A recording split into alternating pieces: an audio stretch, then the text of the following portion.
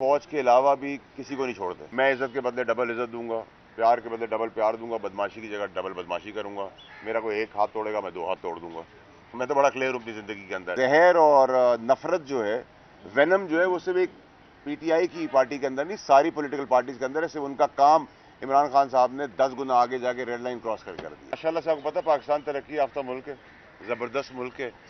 6 سال سے سسٹم اپ گریڈڈ نہیں تھا, اپ ڈیٹڈ نہیں تھا. انٹیریئر منسٹری آف انٹیریئر کا ہمارے اعتبار سے, میری سابقہ پارٹی 2018 سے انٹیریئر کے ماشاءاللہ لوگ کتنے قابل ہیں کہ انہوں نے سسٹم کوئی اپ گریڈ نہیں کیا ہوا. تو اس کے اندر کوئی سارے کینڈیڈیٹس کی چیزیں جاتی ہیں, تو اس کے اندر کوئی ریزرویشن تھی تو ہم نے کلیئر کر دی. ابھی آپ کے مسئلہ کیا تھا, وزارت داخلہ میں پرابلم کیا آ گیا تھا, یہ تو بتائیں. ان کی کوائریز تھیں اپ گریڈیشن کی اور اپڈیٹ کرنے کی. پتہ نہیں شاید ان کو کرمنل ریکارڈ ڈھونڈنا تھا یا کیا تھا, لیکن میرا تو سپریم کورٹ سے لے کر 2018 سے ساری چیزیں چل رہی ہیں, اس کی بھی کلیئرٹی تھی. لیکن اس کے بعد بھی شاید کوئی کوائری تھی. آپ کو پتہ ہے محبت تو مجھ سے بہت سارے لوگ کرتے ہیں, تو شاید صبح صبح مجھے روزے میں بار بار بلا رہے ہیں کہ میں سگریٹ کافی کے بغیر کچھ اور کر بیٹھوں, بریکنگ کوئی دے دوں. تو وہ بریکنگ تو میں دوں گا, 27 کو دے دوں گا یا 3 کو دے دوں گا, دے تو دوں گا. کسی نے کوئی ڈیول نیشنلٹی کا تو ڈیول نیشنلٹی کا ریکارڈ بھی تھا, باقی ریکارڈ انٹیریئر میں سارے ہیں نا, کرمنل ریکارڈ بھی ہے, ڈیول نیشنلٹی کا. لیکن ماشاءاللہ سے آج جاگ جائیں گے. 6 سال سے سو رہے تھے جناب علی. سیاسی صورتحال پر بتائیے گا, آپ اس وقت آزاد امیدوار ہیں. متحدہ قومی موومنٹ کو ایسی کیا ضرورت پڑی کہ انہوں نے آپ کو اپنے ارکان سندھ اسمبلی دیے پروپوزر اور سیکنڈر کے لیے؟ پیپلز پارٹی جن کی آپ زیادہ تعریف کر رہے ہیں, انہوں نے آپ کو یہ تجویز اور تائید کنندہ نہیں دیے. دیکھیں جی, اگر مجھے کوئی پیار کرتا تو آپ کو کیا پرابلم ہے, بس کم ہی لوگ کرتے ہیں مجھے.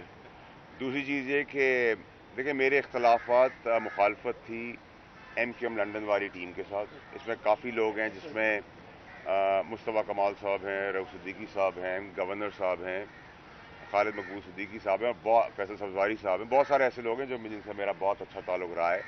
اور ایم کیو ایم آج کی جو ہے اس سے تو ویسے ہی میرا تعلق کمپیریٹیولی بہت اچھا ہے. میرا ایم کیو ایم پاکستان کا کوئی اختلاف نہیں تھا, میرے کو لنڈن کا اختلاف تھا, ہے اور کھل کے اور رہے گا.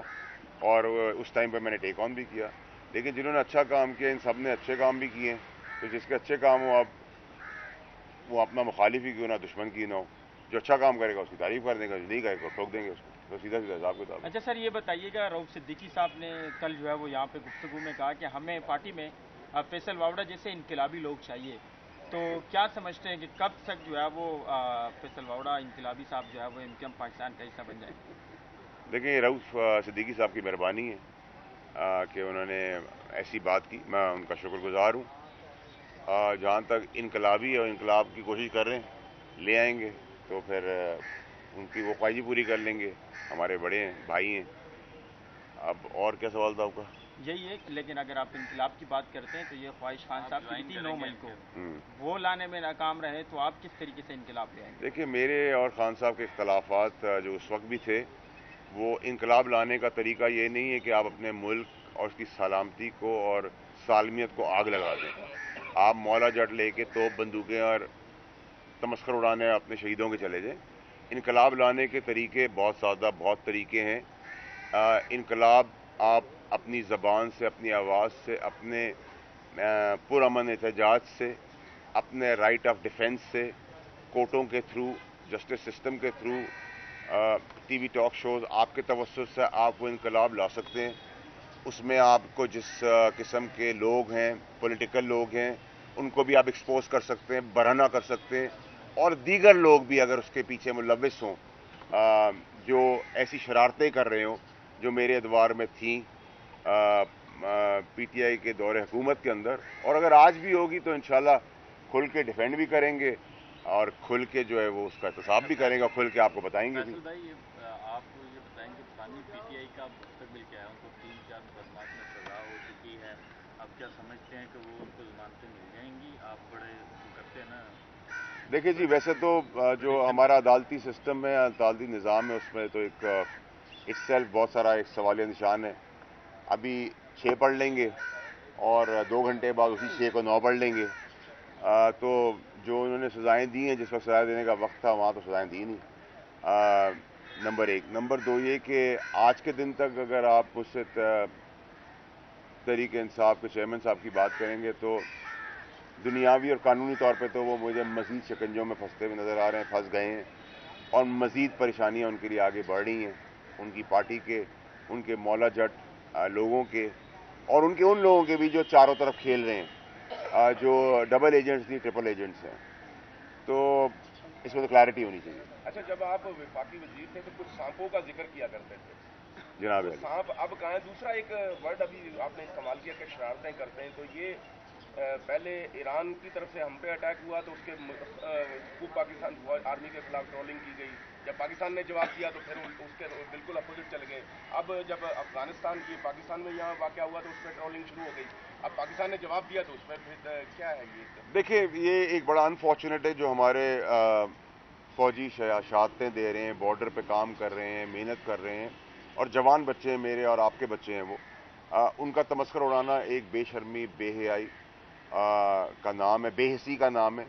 उसमें जो भी ट्रोलिंग करते हैं और ये पीटीआई के जो ट्रोल करने वाले हैं उनके पास, या ऐसे जितनी भी पॉलिटिकल पार्टीज का ट्रोल करते हैं ऐसे लोग, वो ज़्यादातर घरदमाद होते हैं, बेरोज़गार होते हैं, हसदखोर होते हैं, ड्रामेबाज होते हैं और इनकी कोई औकात नहीं होती, जिनका नाम ना हो, जिनकी शख्सियत ना हो और वो सोशल मीडिया पे बैठ के ट्रोलिंग करते हो। जहाँ सोशल मीडिया पे एक बहुत इम्पॉर्टेंट तबका है जो आपको सही रास्ता दिखाता है, क्रिटिसाइज भी करता है, अच्छी बात भी करता है, वो एक तबका छोड़ के ये वो तबका है जो हड्डी फेंक दें तो सारे आपस में शोर शराबा शुरू कर देते हैं, तो उनसे कोई फ़र्क नहीं पड़ता, ना उनकी ट्रोलिंग से कोई फ़र्क पड़ता है। वो हमारी फ़ौज को ना डिमोरलाइज कर सकते हैं, ना हमारे पुलिस वालों को, ना हमारे जितनी भी डिफेंस के इदारे। लेकिन इसके बावजूद अगर किसी ने ट्रोलिंग की और हमारी फ़ौज ने दब के और तबाही तौर पे ज़बरदस्त किस्म का जवाब दिया, and we expect the same from the army. अच्छा फैसल भाई, ये बताइएगा कि अब जो है वो यह बातें भी चल रही है पाकिस्तान तहरीक इंसाफ में, हम देख रहे हैं कि इख्तिलाफात सामने आ रहे हैं वकला में। एक कहते हैं कि आमिर खान साहब ने कहा था कि आप मजलिस वहदतुल मुस्लिमीन का हिस्सा बन जाए, कोई कहता है हमें कहा था कि शरानी ग्रुप के साथ मिल जाए। आपको क्या लगता है कि पाकिस्तान तहरीक इंसाफ ने ऐसी कौन सी गलती की है कि जिसकी वजह से वो मखसूस जो नशिस्तें हैं उससे वो महरूम हो गए? देखिए, ये मौला जट की जो सियासत है ना, देखिए मौला जट की सियासत हम भी उसी में ट्रेन हुए हैं, लेकिन मौला जट की सियासत का एक तरीक़ेकार होता है, एक एथिक्स होते हैं। अगर मैं आप बताऊं कि मेरी 15 साल इस पॉलिटिकल पार्टी में कैसे परवरिश हुई है, तो मैं इज़्ज़त के बदले डबल इज़्ज़त दूंगा, प्यार के बदले डबल प्यार दूंगा, बदमाशी की जगह डबल बदमाशी करूंगा। मेरा कोई एक हाथ तोड़ेगा, मैं 2 हाथ तोड़ दूंगा। मैं तो बड़ा क्लियर हूं अपनी ज़िंदगी के अंदर। लेकिन ये नहीं हो सकता कि आप मुझे गले लगाएं, मुझे बात करने बुलाएं, मैं आपका हाथ तोड़ दूँ, आप मुझे चाय बुलाएं, मैं आपको गाली दे दूँ। चलें, इसको भी बर्दाश्त कर लिया जाएगा, लेकिन आप तनसीबात उड़ा दें, जान और माल को ख़तरे में डाल दें, कितने लोग शहीद हो गए। और स्पेशली बहुत इंपॉर्टेंटली अरशद शरीफ समेत, शहीद समेत बहुत सारे लोग मासूम मारे गए हैं।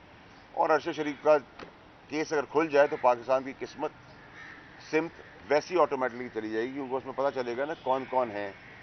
कुछ छुपे हुए हैं, कुछ ख़ास हैं, कुछ सियासी शख्सियात हैं, कौन सी पॉलिटिकल पार्टी है, किसको फ़ायदा हुआ, कौन आज भी छुपे बैठे हुए हैं। तो ज़रूरत आने पर खोल देंगे, खोल के रख देंगे। ये कर देगा, ऐड ये कर देगा कि आप भी हुकूमत में थे पहले इमरान खान के साथ, तो ये सोशल मीडिया पे जो तमाम चीज़ें चल रही हैं, जो खुलेआम फौज को निशाना बनाया जा रहा है चीज़ों को, आप समझते हैं कि ये पीटीआई ही कर रही है या उनका नाम यूज़ किया जा रहा है? देखिए, फ़ौज के अलावा भी किसी को नहीं छोड़ते ये ट्रोल्स, और इससे कोई फ़र्क नहीं पड़ता। मैंने आपको कहा ना कि बाहर हड्डी फेंक दें, अगर बाहर सब चिपक जाएँ तो मसला नहीं है ना, क्योंकि क्वालिटी की हड्डी फेंकेंगे तो ज़्यादा शोर होगा, बगैर क्वालिटी के भेजेंगे तो कम शोर होगा। तो हम क्वालिटी शोर कर रहे हैं क्योंकि हम इस बड़े प्लेटफॉर्म पे बात कर रहे हैं, नंबर 1। नंबर 2 ये कि ऐसा नहीं कि पीटीआई ही की लोग ये ट्रोलिंग करते हैं फ़ौज के ख़िलाफ़ या ज़ाती तौर पे, इसके साथ बाकी पॉलिटिकल पार्टीज़ के भी ट्रोल्स करते हैं, उनके नाम से भी करते हैं। तो ऐसा नहीं है कि बरी ज़िम्मा से या ज़िम्मेदार एक पार्टी है, सारी पॉलिटिकल पार्टी। और ये जहर और नफरत जो है, वेनम जो है, वो सिर्फ एक पीटीआई की पार्टी के अंदर नहीं, सारी पॉलिटिकल पार्टीज के अंदर है। सिर्फ उनका काम इमरान खान साहब ने 10 गुना आगे जाके रेड लाइन क्रॉस कर दिया। आपने मौला जट का जिक्र किया, मौला जट है कौन? यार, आप ना मुझे रमज़ान के महीने में ना इस टाइम पे जहाँ मुझे हर चीज़ धुंधली नज़र आ रही है, उस हिसाब से इतने सवाल करेंगे तो मैं अपना नाम भी भूल जाऊंगा। अगर आप मुझे मगरिब के बाद सिगरेट पीने और कॉफ़ी के बाद पूछेंगे तो तब के आपको सारे सवालों का जवाब दूंगा। अच्छा, आपके बारे में कल ट्वीट किया कि आपने बयान दिया था कि पीटीआई के खिलाफ क्रैकडाउन मजीद होना है ईद के बाद, तो हामिद मीर साहब का इस बात पर ये कहना है कि आप उन्हीं लोगों की आदमी हैं जो कि इस तरह के फैसले करते हैं, हुकूमत तो सिर्फ अमल दरामद करती है। तो क्या आप सच में उन्हीं लोगों के आदमी हैं कि जो इस तरह के फैसले करते हैं कि किसके खिलाफ क्रेक डाउन करना है? देखिए, मैं तो हामिद मीर साहब एक बड़े अच्छे जर्नलिस्ट हैं, मेरा उनसे बड़ा अच्छा रिश्ता है और वो ख़ुद बड़ी तकलीफ़ से गुज़रे हैं जब उन पर गोलियाँ चली थी। मैं ये आपको ज़रूर बता सकता हूँ कि मैं किसका हूँ या किसका नहीं हूँ ये तो मुझे पता, लेकिन मैं हामिद मीर साहब का बंदा ज़रूर हूँ।